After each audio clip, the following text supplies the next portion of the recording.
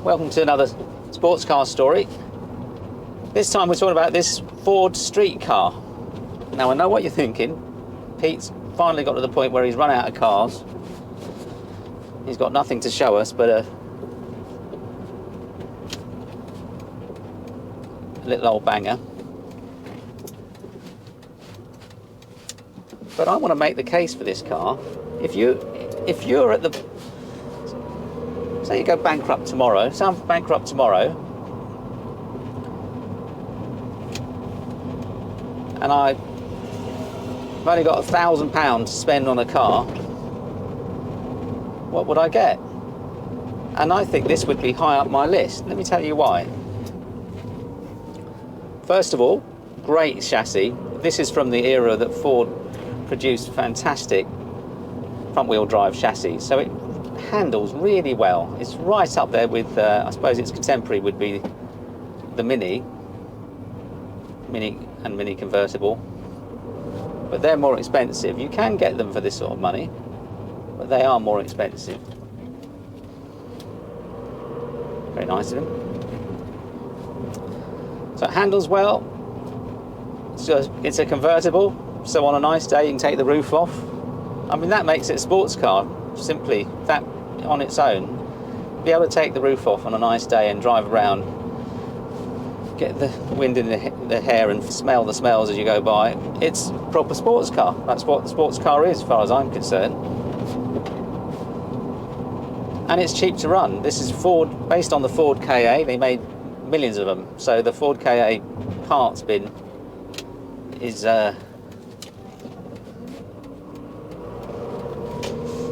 means that you can get all the bits for this 1.6 Duratec engine. It's only 2 valves, so nothing flash, but because it's got none of the turbochargers of the latest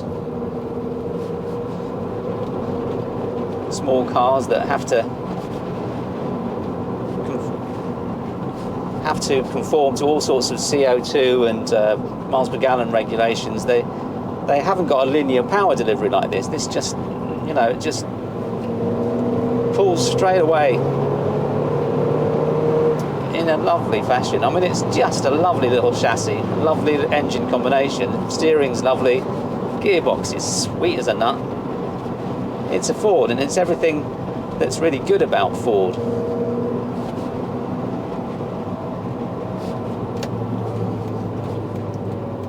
So a great driving car. It's actually quite posh. They launched it with quite a good spec, especially on the ice or winter editions or whatever they're called. They had heated front seats, air conditioning. Listen to that, that's lovely. Lovely little power delivery. Whoops, make sure I don't speed. It was actually reviewed by Vicky Butler Henderson on 5th Gear. I think she had drove around, I don't know whether it was Nice or somewhere like that, making it look like it'd been driven off a private yacht. It was just a chic little car, and I think it still is, but it's at the bottom of that sort of, people don't want an old car curve at the moment. This is what happens with classic cars, or with any cars. They go down and down and down, and nobody cares about them. And all of a sudden people think, actually, that's a great example of early noughties design. This was designed, the original concept was by Ghia, I think it was called Saita, in 1996. And then Pininfarina worked on that design and actually ended up building this. So it's a Pininfarina 2-seater sports car. It was built really well on a production line in Italy. A lovely little bend there. And so they built about 6,000 of them, something like that. And in the UK, I don't know about anywhere else, but in the UK, there's only about, well, how many left, which is a website you can go to, says there's 384 of these on the road. There's another 400 odd that are what's called SORN, statutory off-road notice, so they can potentially be on the road, but often that means that they're just rotting away in somebody's front yard or something. So really, that's really low numbers. That's, you know, this if this was a Ferrari, you'd say, oh my goodness, there's not many of those, I'm going to get one. You know, so you're really looking at a rare car, and it's only going to get rarer. Sorry, go back the other way. Lovely little chassis. Now the difference between this and probably its rivals are something like the Vauxhall Tigra or Opel Tigra. That had a metal roof that went in the boot, which is nice to have, and I'll give you that. When I bought this, it had just a soft top, and I didn't want to leave it out. It couldn't go in the garage, I haven't got space. So I thought I'll get a hard top for it. So I found a hard top for this on eBay for £100, 100 quid. In its protective case. The guy had sold the car, and he forgot that he had the hard top in the garage. 100 quid, I couldn't believe it. Bargain in a century. I mean, how much would a hard top be for any other car, for a BMW? Oh gosh, it would be a lot of money. But anyway, this was 100 quid. The problem is, I put it on the car and realised that I needed brackets, the side brackets. There's some Ford KAs that have got those brackets. I think the winter edition or ice edition, correct me if I'm wrong, put in the comments, but I think they had the brackets because they were supposed to have the possibility of the hardtop. But this version didn't have the brackets, so I had to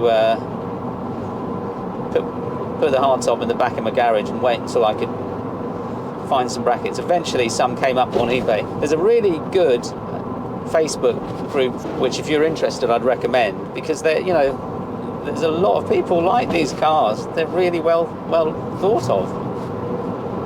But anyway, they said the brackets have been remanufactured by somebody, but I found some came up on eBay for 120 quid, so they cost me more than the hardtop itself, but hey ho. So now I've got a little two-seater sports car with a hard top and a soft top, and obviously a no top situation, with a decent sized boot. It's got a bigger boot than the Triumph Stag that we keep on the Isle of Wight.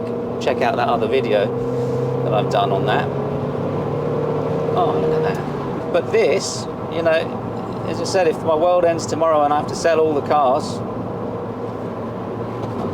and I have to start again, I would definitely consider a Ford StreetKa. It was promoted by Kylie Minogue in the day. If you look on YouTube for that advert, and it's still there, it was a very chic little car. And as I said, it's the bottom of the curve, so there's not many left on the road,